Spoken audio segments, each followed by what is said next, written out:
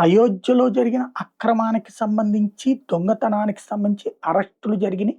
చంపత్రాయ్ రాజీనామా జరిగింది. ఇదంతా కూడా ఉద్దేశపూర్వకమా? లేకపోతే మరొకటా అన్నది పక్కన పెడితే, అయోధ్యలో సంబంధించినటువంటిది దేవుడికి భక్తులు అక్కడ ఆహ్, గుడిలో జరిగిన తప్పుని ఒప్పుకుంటున్నారు.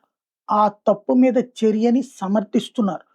ఇంకొకసారి పునరావృతం కాకుండా చూడాలని కోరుకుంటున్నారు. తాజా సర్వేలో తేలుతుందదే.